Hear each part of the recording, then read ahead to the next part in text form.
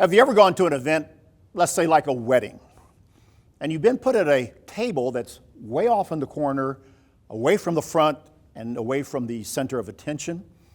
They made a movie about this a few years ago called Table 19.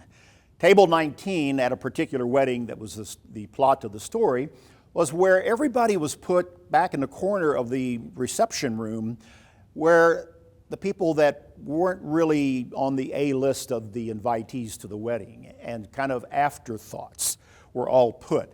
And the story of the movie revolved around those people who were at table 19.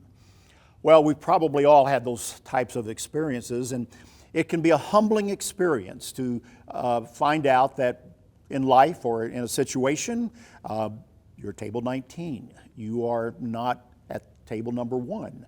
You're not at the place of honor. You're not on the front row, whatever it might be. There's a parable that Jesus spoke to in Luke chapter 14 that teaches us something about the humility we need. It's the parable of the wedding feast.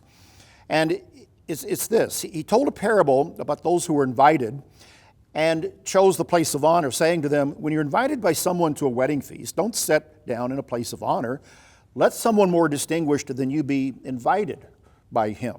And he who invites you, both will come and say to you, give your place to this person, and you will begin with shame to take the lowest place. So if you put yourself in table 1, you're going to be moved out, ultimately, if that's not where you're supposed to be. But when you're invited, Christ said, go and sit in the lowest place, table 19, so that when your host comes, he may say to you, friend, move up higher.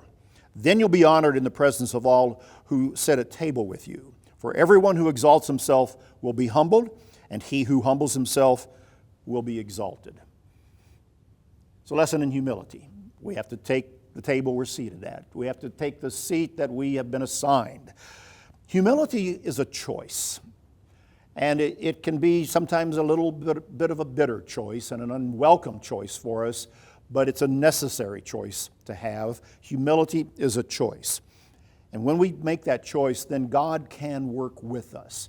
He can work with a humble mind because Scripture says that He resists the proudful, the arrogant, and that type of an attitude with a different spirit.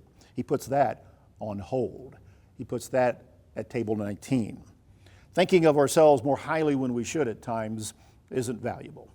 And so remember that lesson. Humility is a choice. And if we're put at table 19, accept where we are and let God guide us to eventually bring us to the front row, to the first seat, or to table number 1. That's BT Daily. Join us next time.